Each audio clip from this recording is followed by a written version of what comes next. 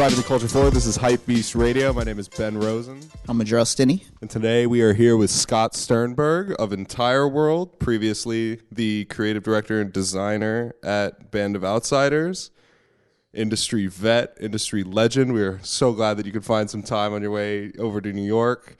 How are you doing, man? How is everything? Dude, I'm good. I'm rolling. There's so much going on. Yeah, it's been a busy couple of weeks for you, right? Yeah. Entireworld just launched, 2 weeks ago? Last week, I think? Last week. And how's it been so far? This has been like kind of a new thing for you, sort of like, what's sort of the intro? How did that brand get started? Sure. I've been, it's been in gestation, if you will, for over 2 years. So the last week isn't much different because I've been living with this product and this brand, and I'm working with pretty much the same core team as Band of Outsiders, but all of a sudden everybody's looking at everything you're doing. So it takes on a different kind of patina, and the speed, like I feel the earth moving under my feet.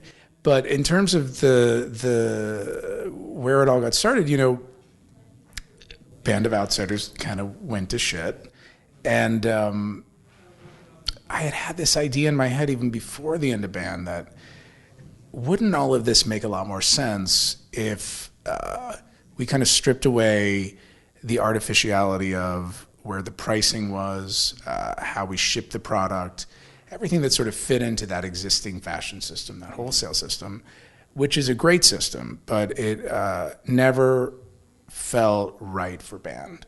So I've been thinking about this forever.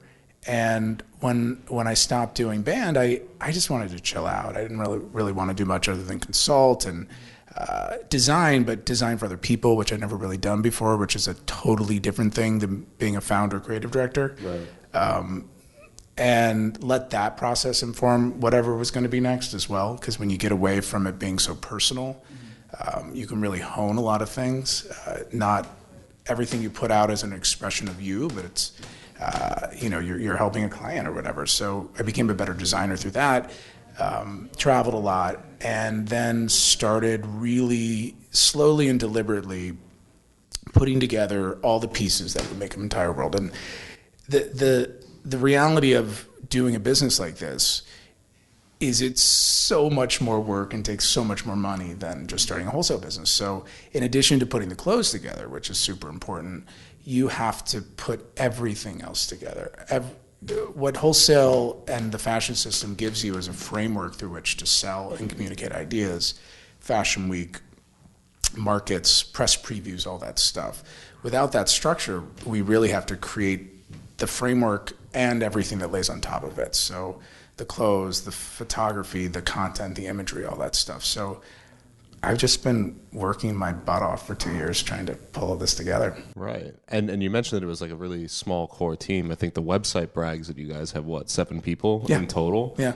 And so how do you build that infrastructure with such a small team? Is it kind of like a lean startup, basically? It is exactly a lean startup. And really, I was just freelancing people last year here and there to help, because that startup mentality is basically, let's just get this going. We got to get this going. We got to get this out there. We got to sell some of this stuff. What do we have to do to that? Anything extraneous falls away. And it's a wonderful kind of autofocus feature, like not having a lot of money, not having a lot of time or resources. So, and because everybody was from my core band team except for one guy, there's a shorthand with all of us. And these are people that don't let me get away with bullshit. So you save a lot of time that way. Typically, or not typically, but in a lot of creative environments, when there's a founder, there's a creative director, there's a cult of personality around them, there's a pile of eggshells around them that everybody's tiptoeing on. None of that exists in my world and my team. So, in terms of decision making is incredibly fluid and fast. I hate using the word content. It sounds like meat or something, but, sort of making images, generating and executing ideas. The process of that isn't necessarily easy, but there's just a sort of shorthand, and we're able to sort of just do stuff. So there's, to one extent, every man for himself. graphic design, product design, customer service, marketing, communications, etc. But to another extent, we all just sort of do everything together. It all sort of bleeds. So the customer service guy, Ashwin, who worked for me for years, writes all the copy, which makes a lot of sense because he's communicating what the product is, and he's also talking to all the customers about that stuff. And then he's talking to me all the time about the clothes, because he's not a dandy. He's sort of like the opposite, whatever a Band of Outsiders dandy would be. He's really into clothes. Giving me feedback on that in a fitting, which ultimately will lead to a better understanding of the product when he talks to the customer. So the 7-person thing actually, I think, works to our advantage. Wow. Yeah, and I just wanted to ask just like, how much has your perspective changed since Band of Outsiders? I know like with Entireworld, you mentioned the word democratic. Could you expound on that and just like talk about like your vision for what a brand means in 2018? Yeah, that's a big question. I mean, I think a brand has the potential to be exceptionally meaningful right now. I think, I don't want to get political, but there is a feeling, there's a democratization of information, right? The gatekeepers of the media industry, for example, publishing, it's all leveled out. So I'm here at Hypebeast, a company that 5, 6, 7 years ago might have been seen as a little sort of side player, but now you are at the front line of what a media brand is, like for menswear, like you represent, and women's for that matter. You represent something much bigger, and you've done that through digital media, through this democratized media, right? And the same thing has sort of happened across the board, big brands, small brands, governments. Who is the power structure now? Who do people look to for direction, ideas, all that stuff? I think just hopefully to some extent we'll be able to look towards our government at some point again to do that. We certainly look to celebrities to do that, and we look to each other, and we look to brands. So I think there's an incredible significance potentially behind what a brand could be in somebody's life. And I actually liked it because that question, because a lot of the initial press that I think Entireworld saw was like the comparison that I saw as kind of obvious was like people were like, oh, this is like an American Apparel kind of thing. Yeah. Right? Yeah. But I liked, for example, like GQ Style had a pretty good profile interview piece with you where they said that it was like, no, like if you look at it, the DNA of the brand is a lot more of these like world builders, basically, kind of like the Elon Musk and stuff. Is that sort of how you feel about it? No doubt. Like you were looking at bigger things. You didn't really want to just make like, this is another hoodie brand, obviously. Like you kind of aim higher than that. No doubt. I mean, it's just not a product-driven brand, right? Mm-hmm. It's the product to me, at the end of the day, has to be completely awesome. That's just table stakes. Like if it's not, don't make it. Right. Don't do this. There's no reason. Don't waste your time. Don't waste anybody's time. Don't waste the fabric. Don't waste it's unsustainable and everything in between. It's just not worth it. So you get the product down. To me, what's exciting is these captains of industry, these dreamers who dare to dream bigger than any of us can dream, and who talk about ideas like utopia, right? Like what a lovely concept. Cool, big concept to think about. Democratization, which is just the idea that this isn't the cheapest thing in the world. This isn't, because it can't be if it's going to be a good product, but it is accessible and it's understandable. And from a fit perspective, it's something that it's not made, every piece isn't made for everybody, but there's everybody can get something out of some of this stuff. Yeah. And that's important to me. The American Apparel reference from a product perspective, and honestly, even from a brand perspective, even though he stood for something different at a different time, I love that store. That was a movement. That was something, right? Yeah.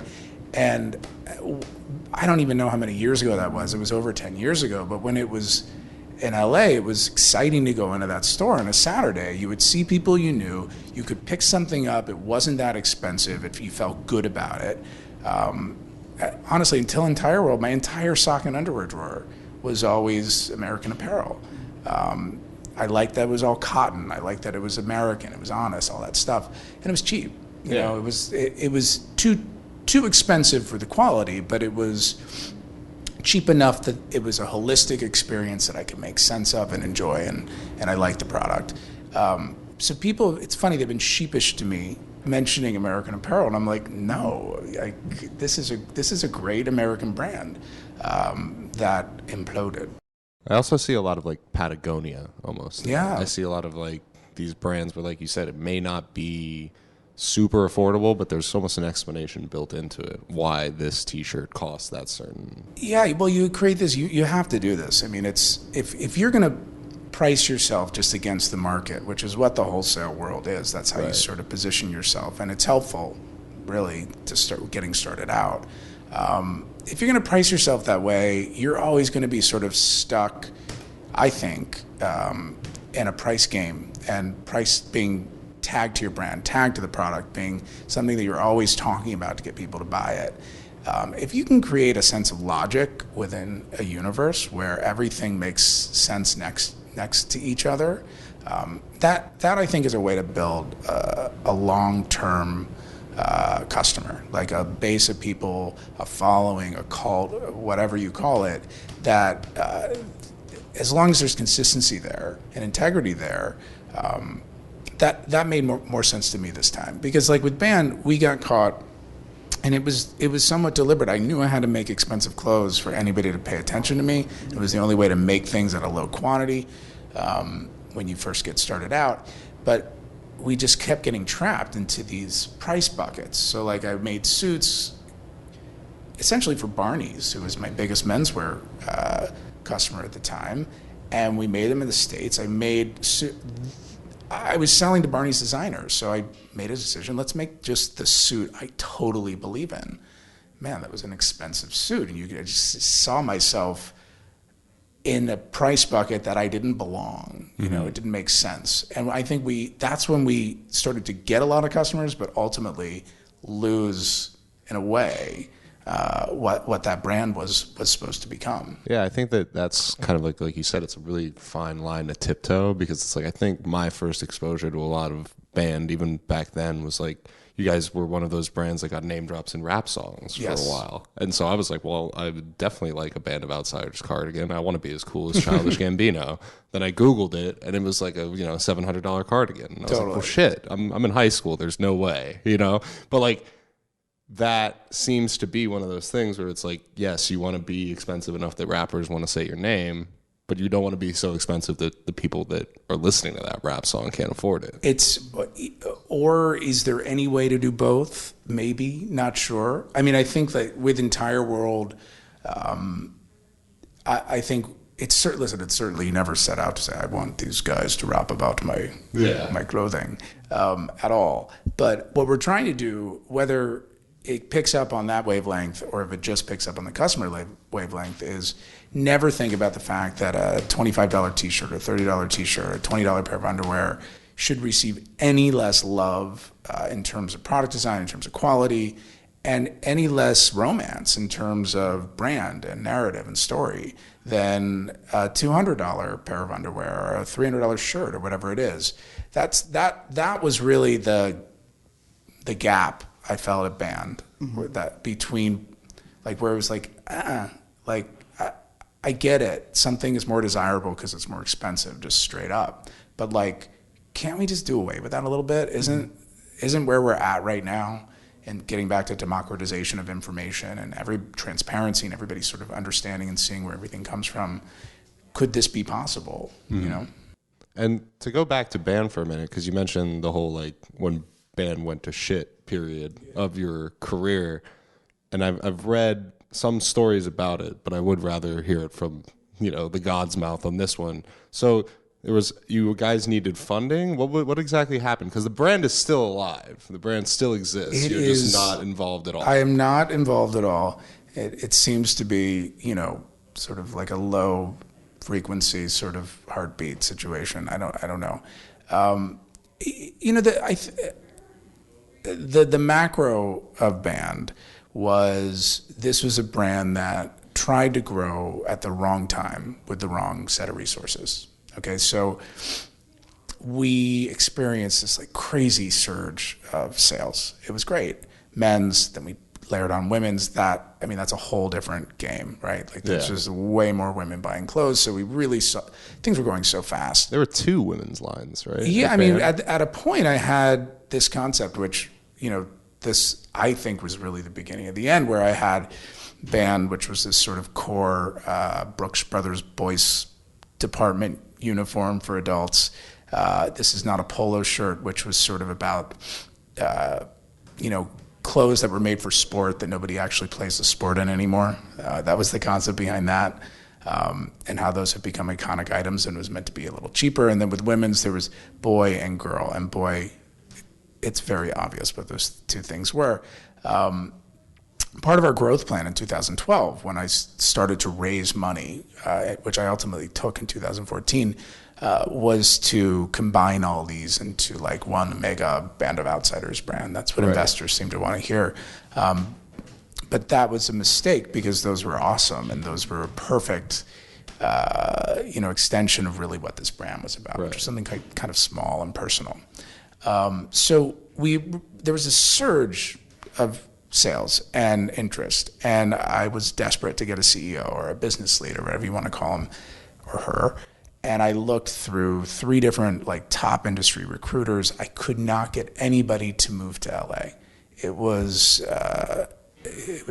nuts. It was super hard. And this is a different time, when this is probably before there were all these West Coast fashion brands that kind of... Yeah, no, for sure. I think that, and the people I was looking at, who could or could not have been the right people, were pretty entrenched in the industry. They're working for major companies. And they were older. They had families. So it's I get it. It was a big deal, but it was mental. I was down the road with several people, and they were all ready to move, and then meltdown, breakdown. So, that was number one. I finally did raise money, and I did hire a couple senior people. I raised about $5 million, which sounds like a lot of money. To me, it sounded like a lot of money. But what we wanted to do at the time was put a layer of upper level management into the company, so I could really focus on the creative, because I was doing everything. It was bonkers. And to start footwear, because we had so much success with Sperry Topsider. And open a store in New York. And of course, to combine these lines and expand the wholesale business with this sort of more emboldened single brand approach. So what happened was, this was 2014. Of course, the industry had started from going slow growth to this for everybody on a macro level, right? So we're on radio, so my hand is pointing down to flat. And so when you're trying to grow that way, and you're consolidating 4 lines into 2, we basically flattened out our last 3 years of business. So when you have a growth plan, and you're trying to grow, and you're not growing, and you're spending all this money, you're eventually going to have to raise more money. Yeah. Now, this is kind of totally a normal thing, right? We had been a profitable company for some time. But when I went out to raise money again, I had fired those people that didn't work out, because they were just a waste of space. The upper management people? Yeah. Okay. They sucked. And they, really, any of these sort of red flags of, hey, Scott, so sales went up this season, but only 15%. And we were really budgeting for 25%, because that was the commitment we got from the retailers. But it's not just us, it's an industry trend, blah, blah, blah, blah. I never got that information. It was the eggshells that I referred to before. Right. That were, it went from a very tight-knit company to this cult of personality around me. I was referred to in the third person by my employees, that sort of... I could hear in the room well, Scott would want this, or Scott would want that. It's I'm right here, people. Let's work through this a little quicker. Yeah. So the wrong resources were the people. We didn't have enough money. The wrong time wasn't a great time for the industry. And instead of pulling back when we should have, we just kept pushing forward. We tried to open the store. We had a store in Japan, but that was through a partner, so it was a little different. And ultimately, we needed more money.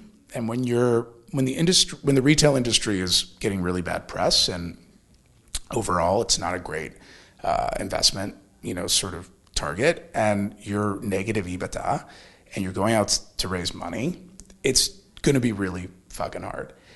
So we looked for money, private equity, all these people, and we ended up taking money through what's called a convertible note, which is basically a loan that converts to equity from this Belgian company.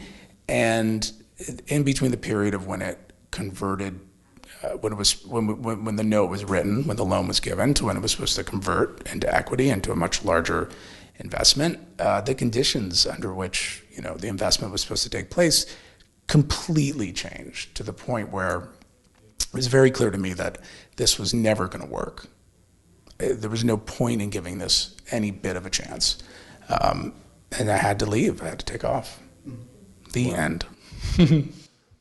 Wow.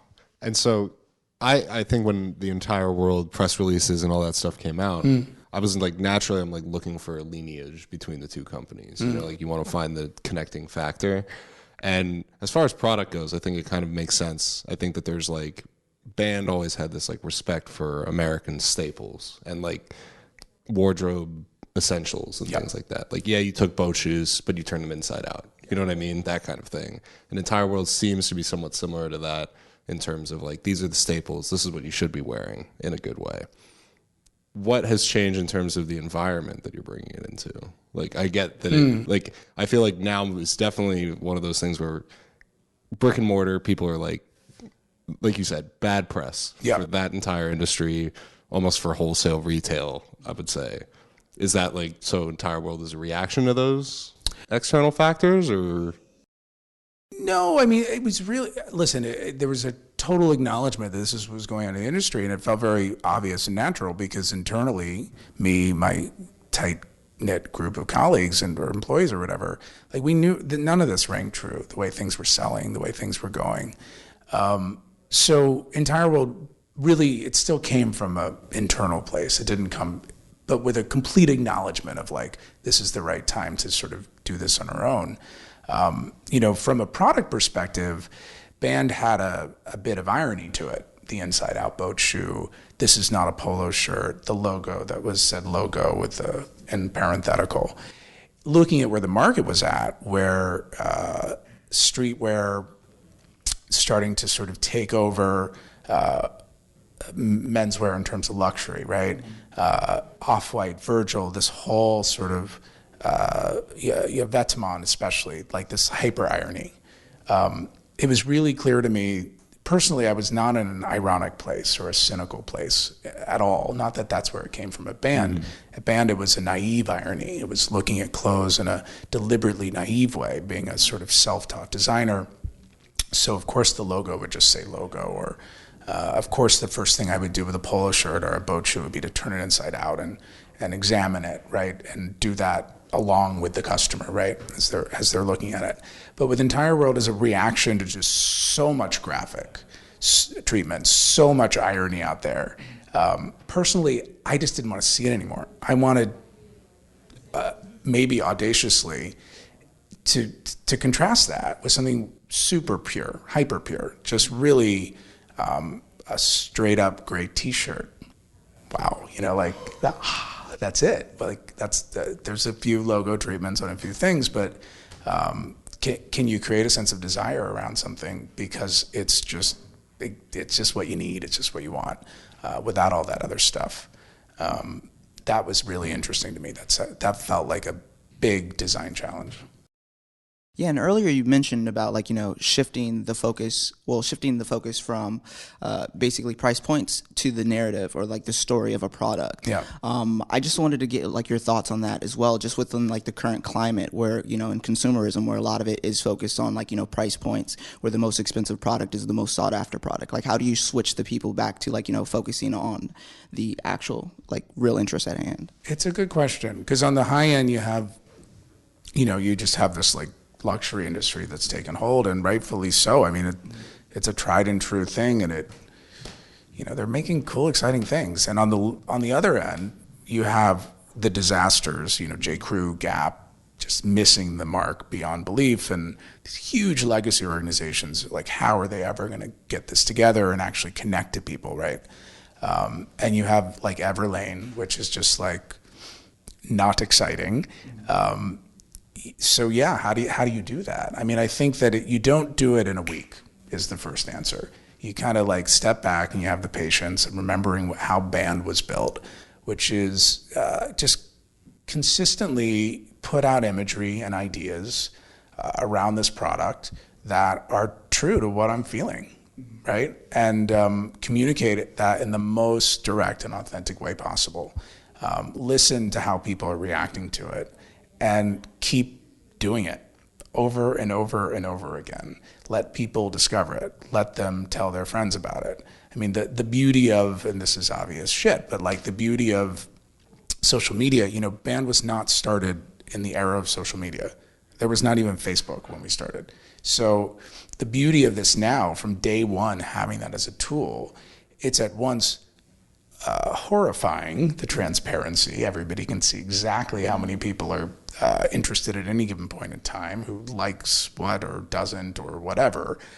But it is so empowering. It's so cool because I'm not doing this in a bubble. Not only do I not have the gatekeepers of retail keeping all this information from me, or the gatekeepers of the media filtering imagery through them to get out to people. It's just right there. So to me, it's just this constant long-term narrative that we're telling. And for Entireworld versus Band was super precious in a good way, but like people would say twee, which I love, I don't care. But like it was a little twee. It was very precious. It was very thought out, everything. This has an incredibly tight brand ethos that everybody in the studio gets and knows. And like this video that we put out to launch the brand was essentially a PowerPoint presentation that I was showing everybody, investors, employees, partners, freelancers, whatever, just get them on board, get them, and I would play the PowerPoint to the same music or a Brian Eno version of that music so people start feeling this brand, right? I think that we just got to stick to that, and we got to stick to that in a way different from Band, where Entireworld's very much about iteration and experimentation. So it's a lot looser. Like what you see on Instagram this week needs to tie to what you see on Instagram next week, but it doesn't need to be the same thing. It can be a riff on that, and whatever we riff on 3 times in a row is going to lead to something different, but it's still honest and true and authentic because it started somewhere else. That was ours. Whereas at Band, every campaign was a Polaroid campaign for 10 years, and they were rad and it was good. But I don't know, I'm a little looser with that stuff now. So we'll see how it works out, but combination of kind of transparent experimentation and totally sticking to our guns in terms of what the brand ethos is. Do you feel like you'll shy away from Polaroid campaigns and the entire, like, I feel like there's got to be some parts of the Band brand, for lack of a better word, that now you're kind of like, we're shooting only digital photos, we're not doing Polaroid. What about brick? Like, obviously the brick and mortar was like, no, we'll do online. Yeah, listen, online I think is just the way to start, right? Like, I think that eventually we'll see that there are a bunch of wacky ideas for wholesale pop-ups and stuff like that I think will be great for the brand. It's another touch point. It's another way to get people to feel it, right? So that, you know, no rules there. And in terms of staying away from stuff, I mean, there's a campaign that we're going to put out in a couple weeks, which is why I'm here. I was shooting one of them. And it sort of picks up the threads of what the Polaroids were, but it's totally different tools that are digital, but they aren't like new digital tools. So I think that with Band, it was very nostalgic. Right. Yeah. And it really was. That's part of the twee and the sweetness of all of it. I'm 43 years old at this point. Somehow nostalgia has left me. I'm much more interested in just, again, like experimentation and working through ideas and not shooting stuff on film, for sure. Like it makes zero sense to me. I'm more interested in sort of speed and like working through stuff. Now, as far as like current contemporary streetwear stuff goes, you mentioned Vetements, you mentioned Virgil. We've been talking about this whole Vetements thing for the past couple of weeks because of the whole, like, has that bubble burst? Are you a fan of Vetements? Are you like, I don't know if I get the joke, is basically my...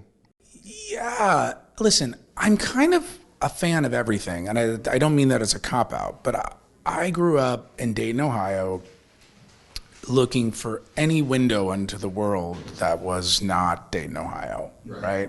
Where I could see myself somewhere in the world, because I didn't see myself there.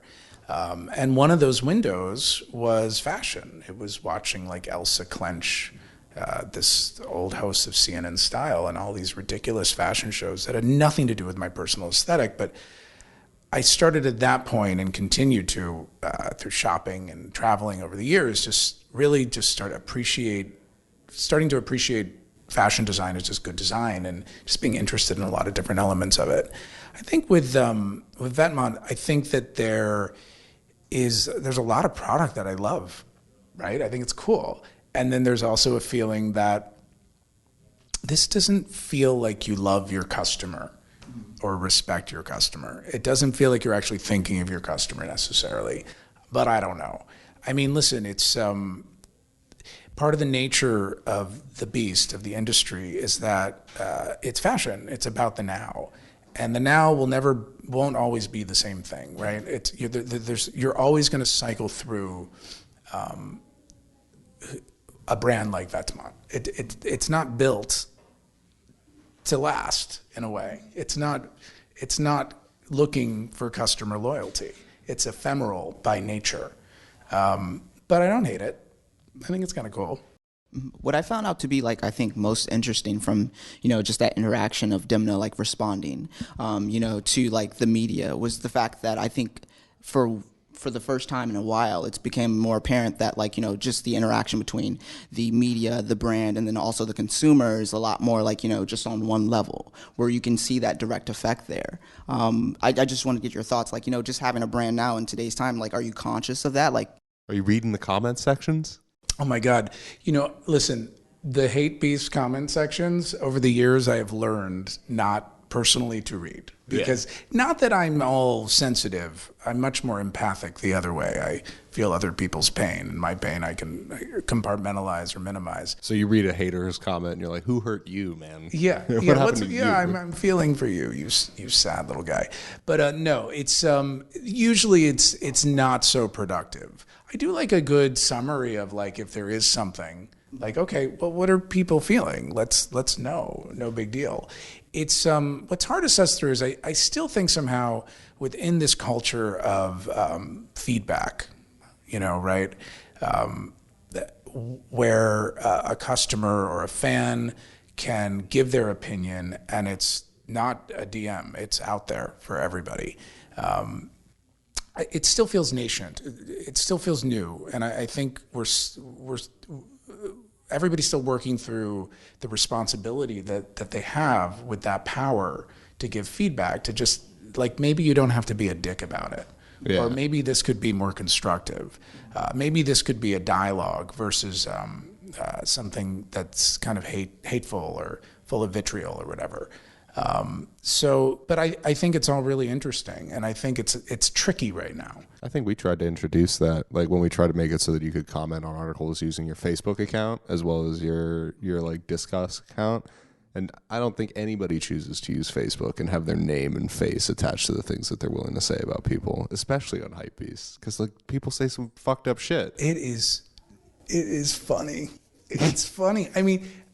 And that's the thing is now people will read certain articles only for the comments, and we know that there's definitely 64 comments, I'm gonna read every single one. No, I mean they go there.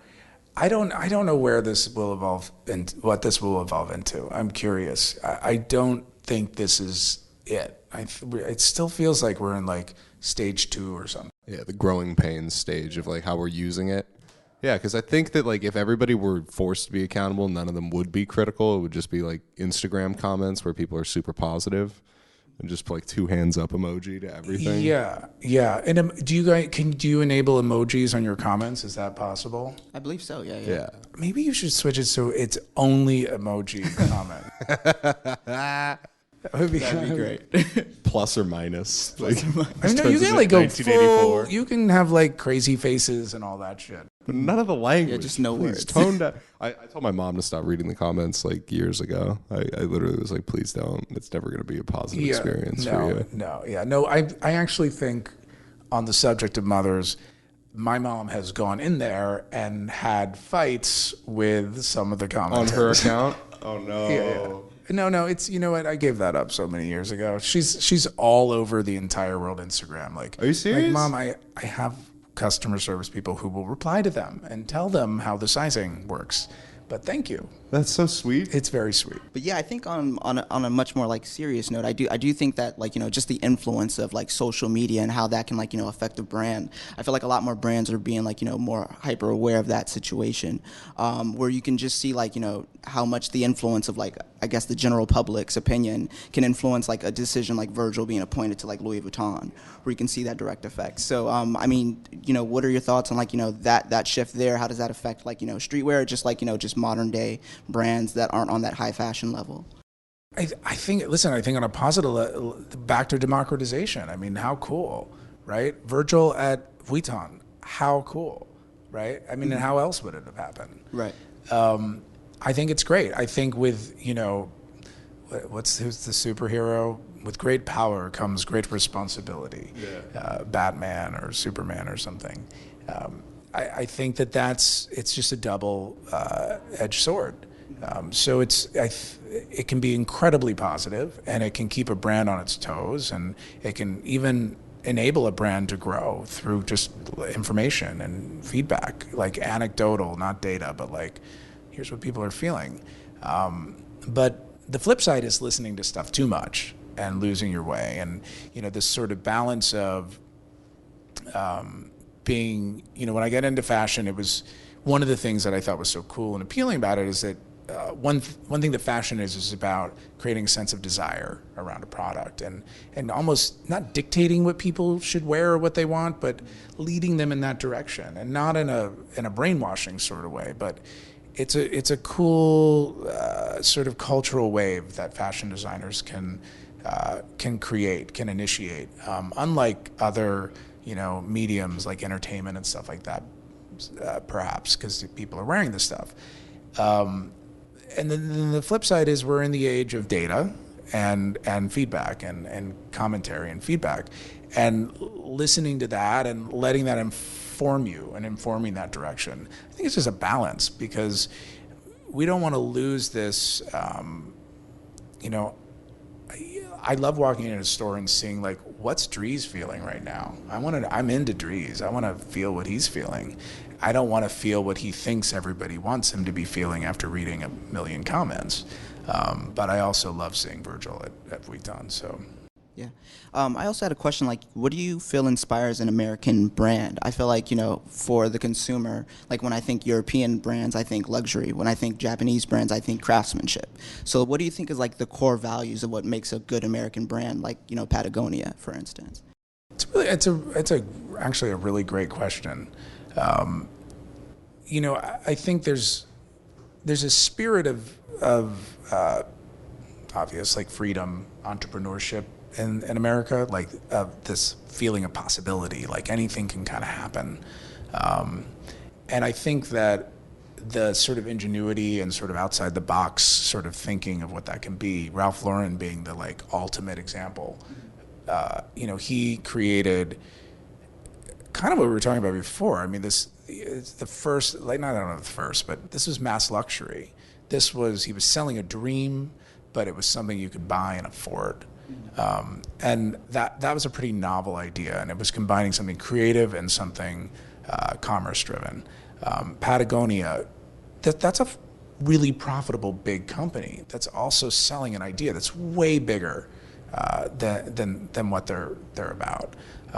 And I think there's plenty of American brands that are sort of stuck in the past. They're selling heritage, which is okay, but haven't figured out their way towards the future, like a Levi's being an example of something like that.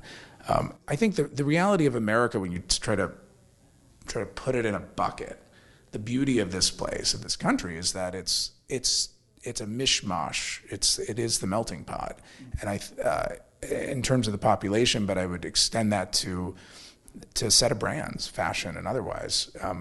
It's hard to find a through line other than this sort of like spirit of possibility. Ambition, freedom, heritage, like the kind of, yeah, it is almost like the freedom, pursuit of happiness kind of thing. Yeah. Yeah, I think, you know, a really good label that I liked for Entireworld was, you know, labeling it as a startup, because I do feel like, you know, just to be a modern day brand, that you do have to have like an all-encompassing perspective for your brand, where it's a lot more than just clothing. And I think like tying it back to like, just having a bigger vision than just like heritage, I guess.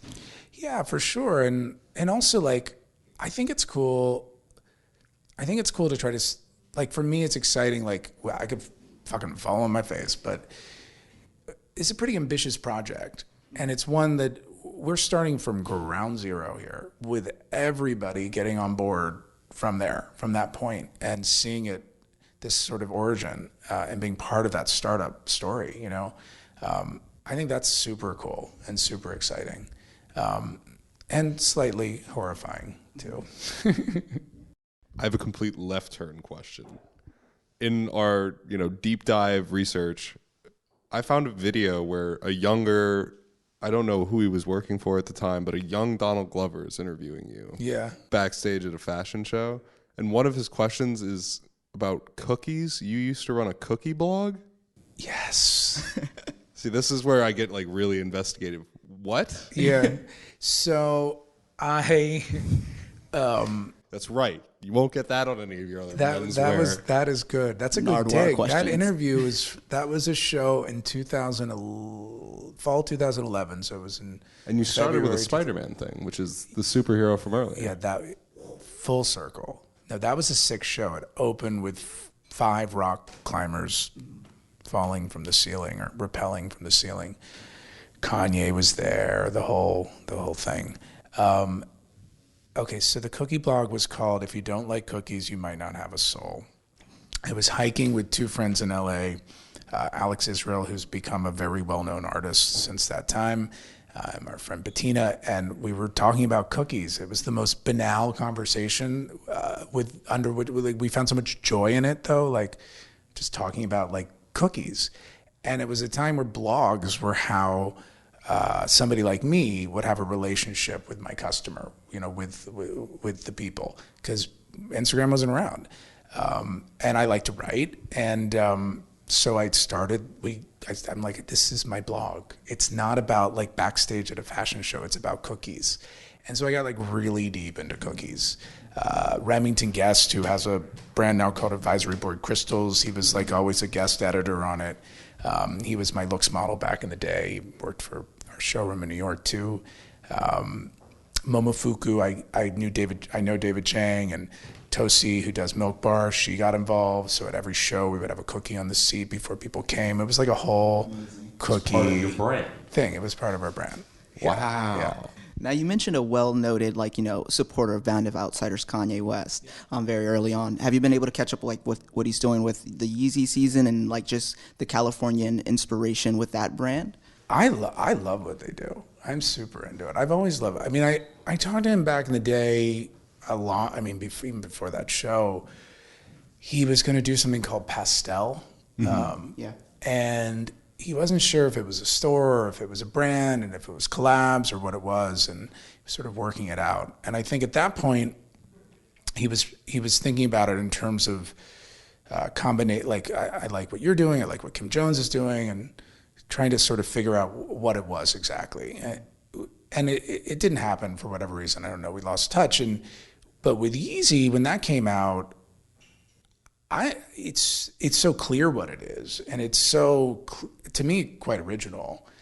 I love the shows. I'm into it all. I think it's really cool. I haven't seen him for a while. We have a mutual friend that I hear a little bit about him every now and then, but yeah.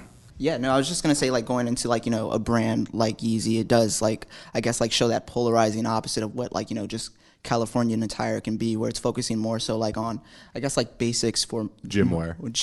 Yeah, gym wear. Yeah, I would describe Kanye West clothes as, what you wear if you are always either going to or coming home from the gym. Yeah. Great assessment. The dust fit. Yeah, no. Yeah, so, I mean, what does the future behold, I guess, for Entireworld? You mentioned that you're working on a campaign currently for it. Yeah, so there'll be a campaign if we can just finish shooting it. It was, instead of just shooting one person, it's a little bit more ambitious. Mm-hmm. I won't say more, but that'll be coming out soon. There's a drop in May and June and July, and then a bigger fall one. I don't know if they're really drops. Define drop as you will. But it's sort of the beauty of this is we develop really close to the market. There's no market to the delivery, so it's trying to sort of stay on like, okay, this is working, this is not working, and also thinking just sort of bigger in terms of the type of product and projects we want to make and be doing. So hopefully come fall, there'll be a little bit of something somewhere in terms of like a wholesale project. We're talking to a couple people. And, I would say like the biggest mistake at Band was like trying to do too much too soon. So just keep perfecting what we're doing, Do you think that there's a future in the brand on like the runway and stuff? Because I know the Band had this sort of like you said, Leo, like rock climbers, cookies. There was like shows that were scavenger hunts. It was like basically like, okay, this is staid and kind of gross to sit in a room for 15 minutes or whatever. Let's have more fun with it. Are you going to experiment with that form too, or is it? To me, that's retail, right? Like I love a runway show. Like as an attendee, it's fun to be in the room. I think it doesn't translate to imagery, to two-dimensional imagery at all. I don't even think it translates to like a video. Like capturing great theater, which is what a runway show is, if it's any good, is nearly impossible to do on film. So that's a strange format to me to think about, and always was. It's a very strange format to think about in the age of social media. Like to me, it just doesn't translate. Everybody's images look the same. It just flattens everything out. And we saw that a long time ago. We did the shows you were talking about. There were like meta shows. We put Devendra Banhart in the Chateau Marmont for an entire day, live fed the whole thing with Vice. Well, he went through this, I basically tortured him, going from look to look, playing this sort of like rock star, sort of caught in this bubble in this room. We had a scavenger hunt with these two models around New York, did the same thing as with Devendra with a model in a gallery in Paris. And these projects were cool, and they did translate. And to me, when I think about those now, that's retail to me, right? So if I'm going to do something conceptual, showing a new set of product, collection, if you will, why am I just doing that for a bunch of editors? Why isn't the product, because the way I'm doing this now, it should just be there for people to buy. Just put some guy, some actor in a store window for 3 days, live feed the whole thing, put a concept around it, and have people come buy shit and look at this poor guy suffering in the hot window. It's actually a really good idea, and I would go to that. Cool. Let's do it. Let's do it. All right, we'll cut that part. We'll redact that. We'll make sure Jade audios that out. Yeah, exactly. And usually one of the notes we like to try and end on is kind of like this hypothetical scenario where if you could travel back in time and offer one piece of like sagely wisdom to like the 13-year-old version of yourself, what would it be and why? It could be huge. It could be the tiniest piece of advice. We've had people say like, don't jump. We've had people say... I don't know how to articulate this, but I think it would be something around this idea that, I don't want this to sound trite, but like that you're never going to find the satisfaction you think you're going to find with that sort of the sort of obvious goals. That you're never going to feel great about the stuff that you think is going to make you feel great. So a great article after a fashion show, graduating summa cum laude, all these sort of metrics that are sort of set forth as things that should like validate you. Those are never going to be the things that validate you, those external things.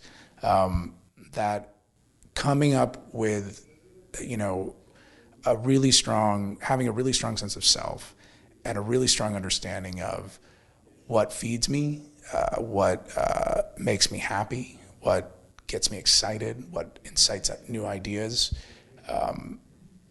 Those are the things that matter and that drive me forward and keep me sane. The external stuff is just noise. Sometimes really nice noise, sometimes a really hateful comment on Hypebeast. Either way, just keep driving forward. Perfect. Well, thank you so much for finding some time, man. Thank you Yeah. for stopping by the studio, the office, and open window. Any time you want to come back and talk again.